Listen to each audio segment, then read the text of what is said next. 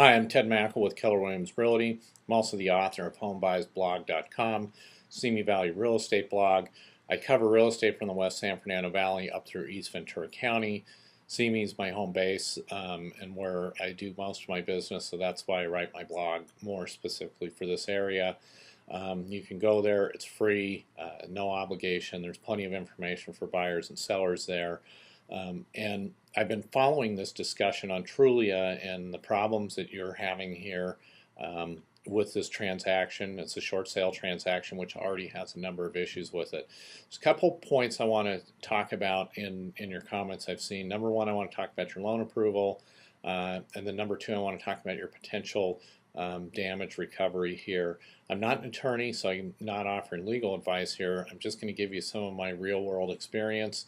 Be involved in residential and commercial residential sales and commercial leasing. I have quite a bit of experience on the commercial side. I've seen landlord and tenant disputes and kind of seen how courts look at these different things, especially on damages. I've been in small claims a few times in different business issues. Over the last few years, I've won all 3 times I've been in. So just having that insight and being through it is kind of interesting. And I kind of approach this idea of, what I'm going to collect in damages in a little bit different position if people haven't had that experience. First thing, let's talk about your loan approval. If your lender is coming by a referral through the listing agent or your agent as the buyer, I would be very careful on claiming that you've got a good approval.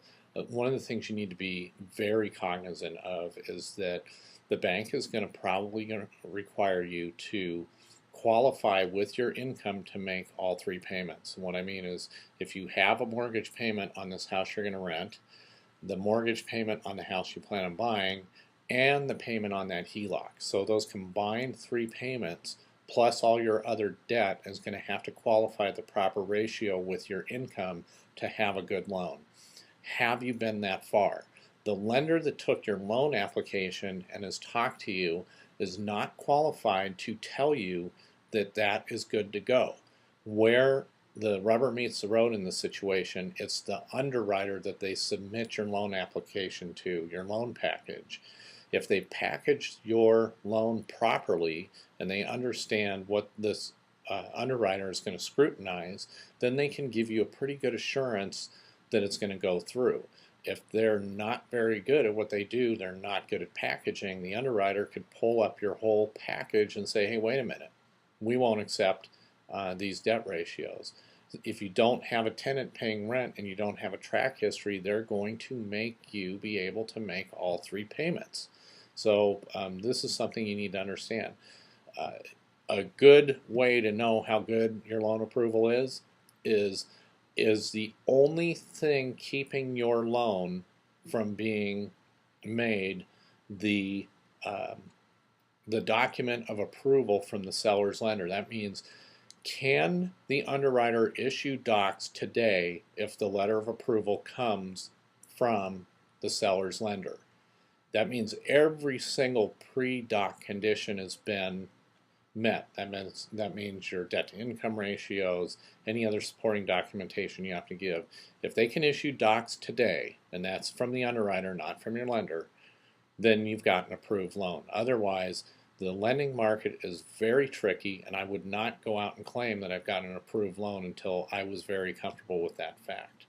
On the damages side, the things you need to be really interested in is that your appraisal and your inspection tend to be risk money on any transaction. That means that no matter what house you buy, you have the ability to lose up to $800 to $1,000 depending on the cost of those inspections and appraisal. That'll just go away if you got to back out of the house. So, how likely is the court going to award you risk money to start with? Now, if your agent dragged you into this prematurely, got you to spend appraisal money and inspection money way prematurely without advising you properly, maybe that's a case you make in front of small claims to try and get that money back. But you have to think very hard if that's feasible or not. The next issue you want to think about is that your $10,000 in escrow, your earnest money. There's a possibility that you signed escrow instructions that said that the escrow is entitled to a cancellation fee. It's typically not very high, but they've done some work and they may be entitled to a cancellation fee. But at this point, looking at the transaction, you should be able to get back your earnest money. If not, you'll have to go in and sue for that. And as other people have told you, you're over the $7,500 mark, which would turn you into a civil case, and these get very expensive. So if I were in your shoes and it was me, the first thing I would be doing is I would be standing in that agent's broker's office every day until I physically talk to that broker face to face. I would come down with a folder with everything in chronological order, how it happened, how the agent isn't acting on your behalf. And I would just tell the broker straight out, these are the problems I have. I'm going to the DRE. And if I don't get my money back immediately, this is going to become a very big problem very quickly. If the broker is pretty serious about it, they'll take it on. If they decide they want to turn it over to their E&O carrier, they could possibly do that. But first thing I would go after is get the $10,000 back, get out of there as quick as I could, and move on to the next transaction. If the inspection and appraisal money is driving you up a tree and you're losing sleep over it, you can go down that road, but the probability, at least the way I see it, is probably not too high on that side, even with all the goofy stuff this agent has done. If you want to fix them, get that case in, file a complaint, send it up to the DRE, see if they'll do anything about it. I was in a bad situation with a listing agent earlier this year where the listing agent was covering up some vandalism to a vacant property that I was in escrow with my buyers. The DRE basically refused to take on the complaint unless we had a closed escrow. So, that is even a little bit interesting in itself, that maybe the DRE won't even look at your case unless there's something there where you've been really damaged. So, again, as other people have said, you need to get out, interview some agents that are going to represent you. This thing I see on Trulia, this trend of people going directly to the listing agent so they can try and get an advantage on this multiple offer situation, seems to backfire more than it seems to help people. A good buyer's agent, you do not need to sign an agreement. This will piss off every colleague I've got on Trulia. Do not sign an agency agreement, because if you have someone who's not acting on your behalf, you want to shed them as fast as you can.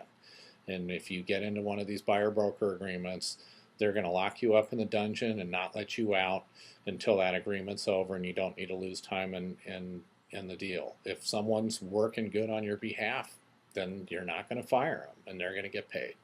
The MLS, if you're buying a house through the MLS, we have an agreement through the MLS to get paid.